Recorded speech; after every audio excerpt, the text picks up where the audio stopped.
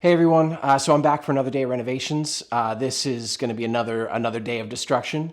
We're going to tackle that bathroom. We are going to gut that bathroom and it's going to go great. And I'm going to know exactly, once I take everything out, I'm going to know exactly what I'm going to do in there to put it all back in together again. I'm pretty sure that's how it works.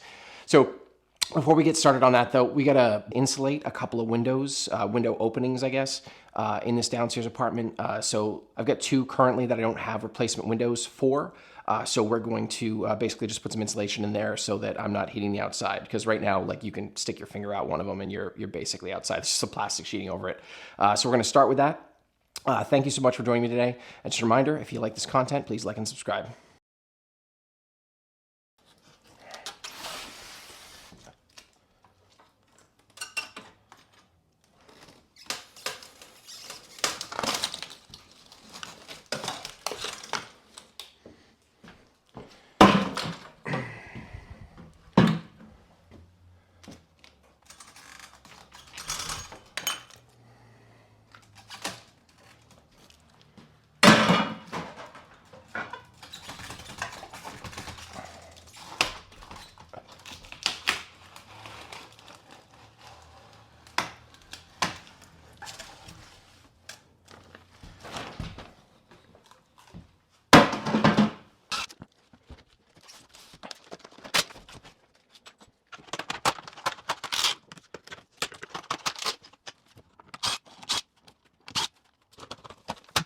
So that window's out.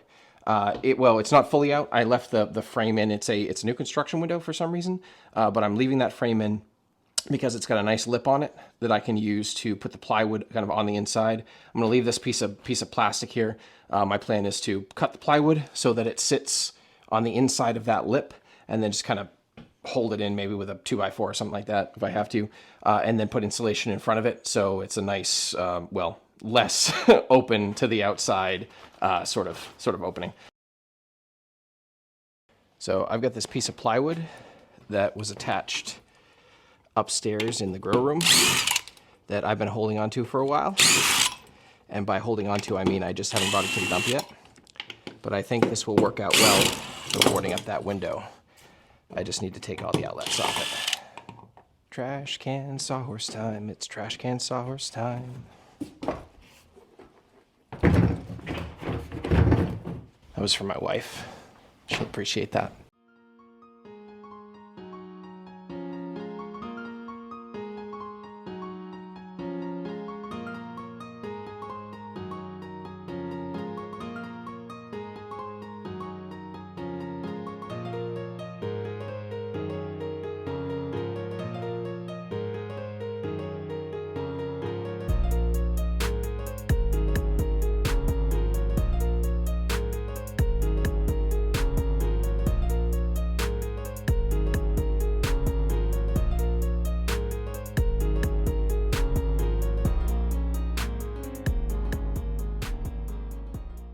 All right, so I'm going to call this one good enough.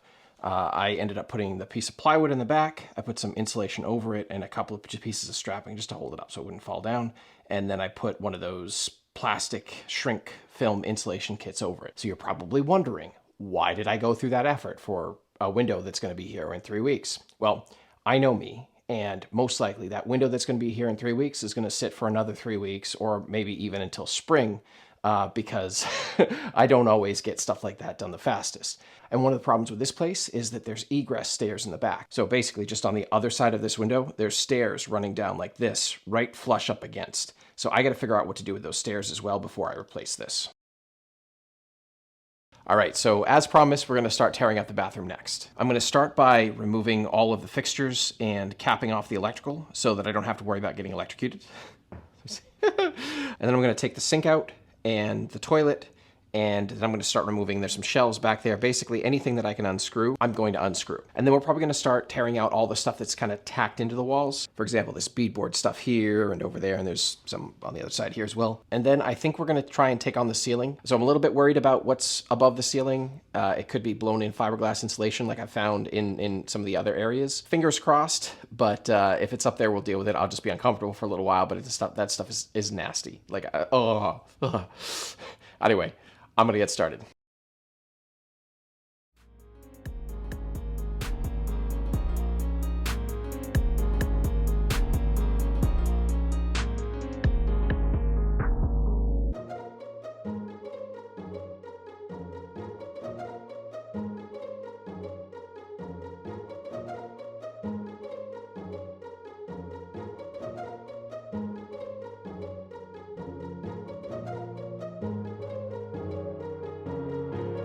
So I just want to call this out real quick. That ain't right. That is not right. We're gonna have to fix that.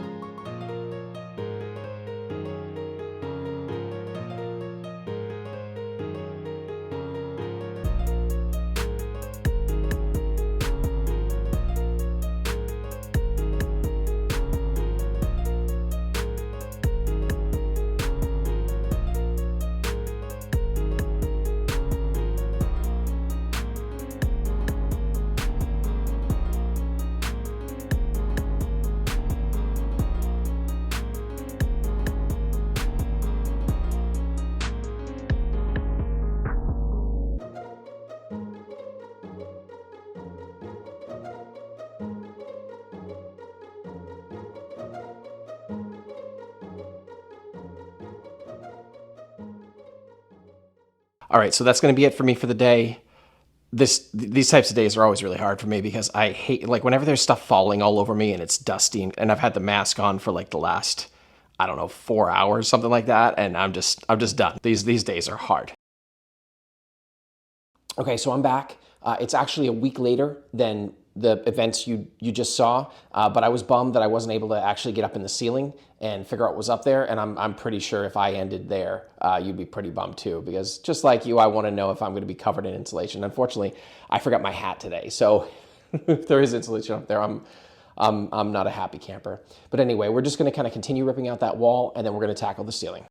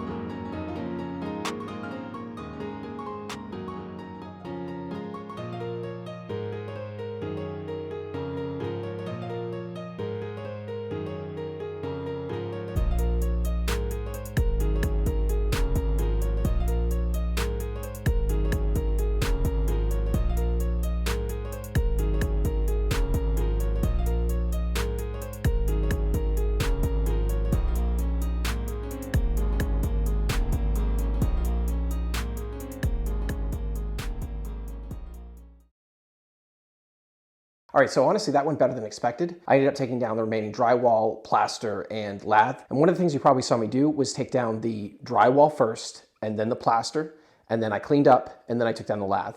And the reason I do that, even though I still have to clean up after the lathe, is because I found in the past when I take down both the plaster and lathe at the same time, they get mixed together. And it's just a big pain to clean up and get things packed efficiently in garbage bags. So that's why I do it separately. Might not be the most efficient way to do it, but it's the way I like to do it because I don't want to have a ton of like weird, awkward garbage to haul out. So I think next we're going to try and tackle the shower area. And honestly, this is a bit of a risk because I'm not 100% sure what I'm going to do here yet, but we're gonna give it a shot. So this shower area, I believe, is currently 2 layers of plastic backing here. There's a little lip on this one so you can't see behind it, but there's another one back here, and then a layer of drywall. So my goal is to get these 2 layers out on either side, pull the ceiling down, and then figure out what I'm going to put back here. I am going to do my darndest to keep that tub shower thing. I am going to have to deal with some rot that's around here. I'm not sure if I'm going to have to pull up the whole floor yet, but I think there's some rot there and some rot here. So we'll see what we have to do. I'm not sure. So up here I have to do a little exploration. I initially thought I had a dropped ceiling, and then I was like, oh no, I don't. But when I looked above here, this is just framing for a drop ceiling. So I got to get up there and see what's going on. So I'm not sure what I'm going to do there yet, but we're just gonna tackle the shower.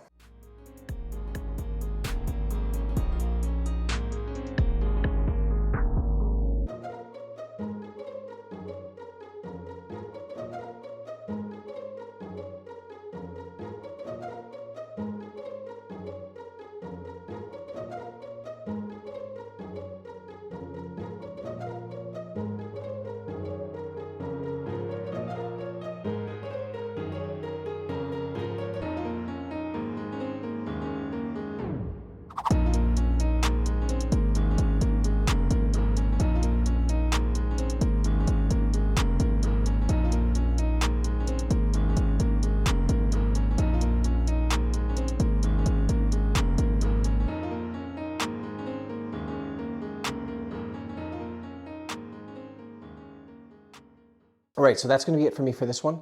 I'm super happy with how things turned out and what I found, which is not something that I can often say. So before I leave today, I'm going to give you a quick tour of the demolished bathroom. All right, so things turned out pretty well in here. Everything is still exposed. I opted to leave that lathe on because I didn't see a reason to remove it. Over here, we got all the stuff out, and then here in the tub, got everything out as well, including the ceiling. Still have some decisions to make in here about what I'm going to do, big picture, and how I'm going to arrange things. But this is a good first step. Good first step. I think next time I'm here, I'm going to be tackling the floor. Maybe you can see, maybe you can't, but there's multiple layers of flooring in there, and there's definitely some spots where things are really soft, especially around the toilet and near the tub. So I'm going to pull all that out. I'm going to get it fixed up, and it's going to be great. It's going to be nice and waterproofed. That's one thing I have done quite a bit, and I've got a way that I go about doing it, and it works pretty well. Thanks so much for joining me today. As a reminder, please like and subscribe, and we'll see you next time.